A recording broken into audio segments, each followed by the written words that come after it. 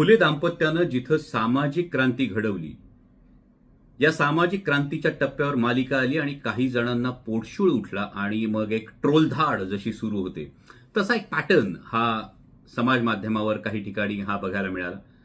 खरं तर या 40 पैशाच्या अंधभक्तुल्यांना फारसं महत्व देण्याची गरज नाही, पण आपण जेव्हा गल्लीतून जातो, कुत्री भुंकतात आणि त्या कुत्र्यांकडे आपण लक्ष देत नाही.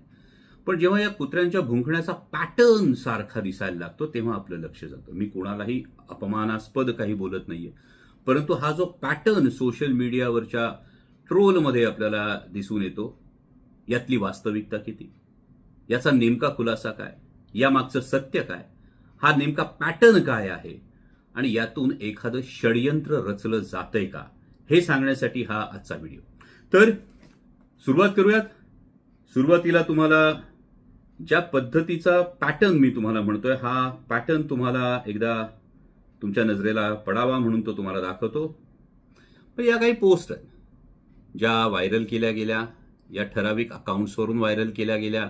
यामध्ये ज्या काही भूमिका आहेत, या भूमिकांना कशा पद्धतीनं टार्गेट केलं जातं, हे टार्गेट्स करण्यात आले. काही मेसेजेस फिरवण्यात आले. हे मेसेजेस फिरवत असताना एक प्रामुख्यानं मेसेज फिरवण्यात आला की मी सावित्रीबाई ज्योतिराव फुले ही मालिका एका विशिष्ट समाजाला, किंबहुना ब्राह्मण समाजाला टार्गेट करण्याचा हा एक अजेंडा आहे. सुरुवातीला सांगतो, हे धादांत खोटं आहे. जगदंब क्रिएशन्सची टीम जी या मालिकेची निर्मिती करते, सातत्यानं अहोरात्र मेहनत करते. या टीममध्ये सुद्धा तुम्ही श्रेयनामावली जर पाहिली तर तुमच्या लक्षात येईल की ब्राह्मण असतील, मराठा असतील, ओबीसी असतील, दलित असतील, 18 पगड जातीचे लोक एकत्र येऊन महाराष्ट्राचा हा गौरवशाली इतिहास सांगण्याचा प्रामाणिकपणे प्रयत्न करतात. बरं, यामधली जी काही दृश्य आहेत, यामध्ये मनोरंजनाच्या माध्यमातून हा इतिहास सांगत असताना कुठेही सत्याशी प्रतारणा होणार नाही, ही जगदंब क्रिएशन्सची आस्थागायची परंपरा आहे, हे आपण सगळेजण जाणतात. त्यामुळे सोशल मीडियावर जेव्हा हा मेसेज व्हायरल होतो, म्हणजे एक मेसेज माझ्या पाहण्यात आला, तो मेसेज पाहिल्यानंतर मला हसावं की रडावं तेच कळलं नाही. कारण हे महाशय असं लिहितात की या मालिकेचे काही भाग मी इन्स्टाग्रामवर पाहिले. मी या महाशयांना सांगू इच्छितो की ही मालिका इन्स्टाग्रामवर प्रसारित होत नाही. ही मालिका स्टार प्रवाह या वाहिनीवर प्रसारित होते. त्यामुळे मालिका पूर्ण पहा आणि त्यानंतर त्यावर व्यक्त व्हा. कारण मालिका न पाहता यावर व्यक्त होणं आणि त्याविषयीचा अपप्रचार करणं म्हणजे साप म्हणून भुई थोपटण्यासारखा प्रकार नाही का? दुसरा एक फार महत्वाचा एक गोष्ट ही समोर आली की एक पोस्ट आली. या पोस्टमध्ये एका पुस्तकाचा रेफरन्स देण्यात आला. हे बघा, तुम्हाला दिसत असेल हे पुस्तक. या पुस्तकाचं नाव आहे सत्यशोधक का ख्रिस्त सेवक, ज्योतिबुवा फुल्यांचे अंतरंग, लेखक ग म नलावडे. आणि यामध्ये ज्यांनी ही पोस्ट केली ते लिहितात की जेणेकरून मुख्यमंत्री यांच्याबद्दल जात पाहून द्वेष तयार होईल, यामध्ये फुलेंचे नातेवाईक व्यक्तीने लिहिलेलं हे पुस्तक नमूद करत आहे, असं लिहिलेलं आहे.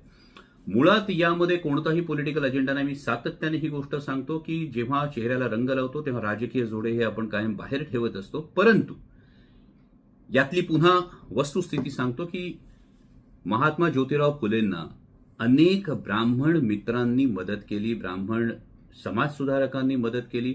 आताही मालिकेमध्ये तुम्ही सदाशिव गोवंडे असतील, मोरोपंत असतील, यांची पात्र बघताच. म्हणजे मला खरोखर हा प्रश्न पडतो की गंगाधर शास्त्री जेव्हा तुम्हाला दिसतात तेव्हा ज्योतिराव फुलेंच्या पाठीशी ठामपणे उभे राहणारे सदाशिव गोवंडे तुम्हाला का दिसत नाहीत, की तुम्हाला बघायचे नाहीत?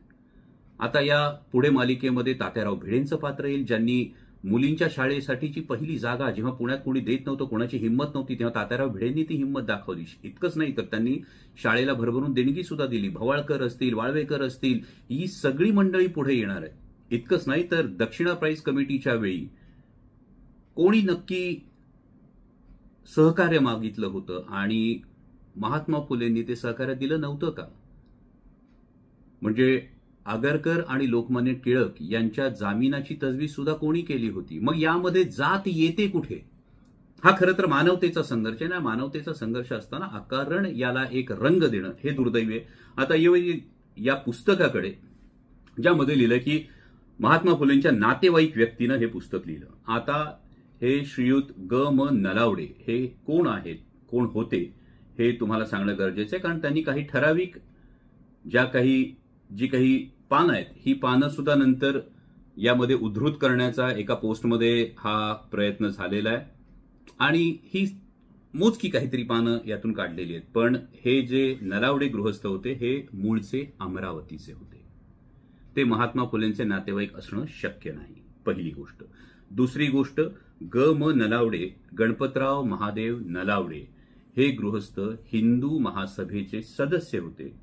त्यामुळे हे महात्मा फुलेंचे नातेवाईक होते की ते हिंदू महासभेचे सभासद होते. त्यांचा जन्म मूळ जर आपण बघितला तर यांचा जन्म झालाय साधारणतः 1898 साली. म्हणजे महात्मा फुलेंनंतर, महात्मा फुलेंच्या निधनानंतर जो महात्मा फुलेंनी शेवटचा श्वास 1890 मध्ये घेतला, 1898 साली यांचा जन्म झाला. आणि जेव्हा ते वयात येऊन त्यांनी हे पुस्तक लिहिलं असेल तेव्हा विचार करा, ही जी कर्मकांडाची चौकट आहे, ही कर्मकांडाची चौकट नखशिखांत हादरवून टाकणाऱ्या महात्मा फुलेंविषयी किती गरळ तयार झाली असेल, किती त्यांना बदनाम करण्याचा हा प्रयत्न झाला असेल. बरं, या पुस्तकाची पहिली आवृत्ती जी आलेली आहे ती 4 सप्टेंबर 1925 साली झालेली. म्हणजे 4 सप्टेंबर 1925 मध्ये आलेली ही आवृत्ती, आणि त्यानंतर याची पुढे कुठे आवृत्ती आली की नाही याविषयी कोणतीही माहिती नाही. बरं, या पुस्तकामध्ये जेव्हा हे लिहिता सत्यशोधक की ख्रिस्तसेवक, मग त्यानंतरचा महत्वाचा प्रश्न येतो की सावित्रीबाई फुले यांनी जो काव्यसंग्रह लिहिला, काव्य फुले, या काव्य फुले संग्रहाच्या पहिल्या पानावर शंकर आणि पार्वती यांचं चित्र आहे. म्हणजे तुम्ही जर नायगावला गेलात तर नायगावला सुद्धा तुम्हाला हे चित्र लावलेलं दिसून येतं. त्यामुळे हा एकूण बदनामी करण्याचा जो कट आहे हा स्पष्टपणे यामधून समोर येतो. इतकंच नाही तर या पुढे जाऊन एका दाम्पत्यानं, नुकतंच मी सोशल मीडियावर पोस्ट केली होती, सत्यशोधक पद्धतीनं त्यांनी विवाह केला. आणि या पोस्टवर झालेल्या कमेंट जर बघितल्या तर खरोखर आपण किती हीन पातळीवर जाऊन आपली बौद्धिक दिवाळखोरी दाखवतो आहोत हे ट्रोलर्सने दाखवून दिलं.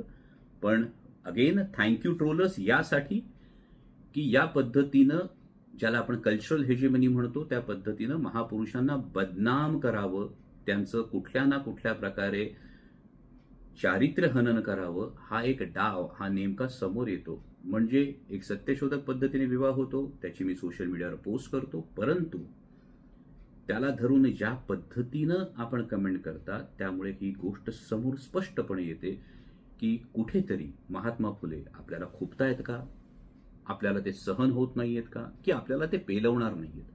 म्हणजे एकीकडे माननीय पंतप्रधानांनी द्विजन्मशताब्दी वर्षानिमित्त महात्मा फुलेंना अभिवादन करावं, त्यांनी या द्विजन्मशताब्दी वर्षासाठी एका समितीचं गठन करावं ज्यामध्ये देशातल्या सगळ्या मुख्यमंत्र्यांचा समावेश असावा, देशातल्या खासदारांचा समावेश असावा, समाजातल्या काही धुरीणांचा समावेश असावा. आणि असं असताना मात्र मी पर्टिक्युलरली म्हणतो, या ट्रोलर्सच्या अकाउंटवर जर एकदा तुम्ही नजर टाकली तर तुमच्या लगेच लक्षात येईल की या ट्रोलर्सचा पाठिंबा हा नेमका कोणत्या विचारसरणीला आहे, ही गोष्ट समोर येते. त्यामुळे माझी आपणा सर्वांना ही विनंती आहे की अशा कुठल्याही भ्रामक भाकड कथांवर विश्वास न ठेवता जे सत्य आहे त्या सत्यावर विश्वास ठेवा. मालिका संपूर्णपणे पहा. तुम्ही मालिका पाहिल्यानंतर तुम्हाला ही गोष्ट समोर येईल, हा संघर्ष किती मोठा होता. आज आपल्या माता भगिनी शिकतात, आज पुरुषांच्या बरोबरीनं खांद्याला खांदा लावून सर्व क्षेत्रात त्या आपलं कर्तृत्व गाजवतात. या पाठीमागे केवढा मोठा संघर्ष आहे, तत्कालीन समाज व्यवस्था काय होती, सामाजिक परिस्थिती काय होती, आणि यातून बाहेर निघून हा एवढा मोठा संघर्ष जो केला, जो आपल्या प्रत्येकाला भूषणावय अभिमानास्पद आहे. तो जात पात लिंग या पलीकडे जाऊन मानवतेचा संघर्ष, आणि या मानवतेच्या संघर्षाचे जे अग्रणी होते हे फुले दाम्पत्य होतं. त्यांना अभिवादन करणं हे या मालिकेचं प्रमुख उद्दिष्ट आहे, हा या मालिकेचा शुद्ध हेतू आहे. त्यामुळे अशा कोणत्याही भाकड कथांवर विश्वास न ठेवता जरूर आपण मालिका बघा. आणि येस, थँक्यू ट्रोलर्स, कारण तुम्ही एक पुस्तक दाखवलं, हे पुस्तकाची परत आवृत्ती झाली की नाही माहीत नाही, पण महाराष्ट्र अजूनही महात्मा ज्योतिराव फुलेंचं साहित्य जरूर वाचतो, गुलामगिरी जरूर वाचतो. मागे बळीराजाच्या व्हिडिओमध्ये मी तुम्हाला गुलामगिरीचा एक भाग फक्त वाचून दाखवला, पण तुम्ही मला प्रेरणा दिलीत, तुम्ही मला ही कल्पना दिलीत, त्याबद्दल मी ट्रोलर्सचं मनापासून आभार मानतो की आता गुलामगिरीचं मी जाहीर वाचन करणार, जेणेकरून कदाचित तुम्हाला सुद्धा याची जाणीव होईल आणि यदा कदाचित तुमच्याही बुद्धीवरची जी झापडं आहेत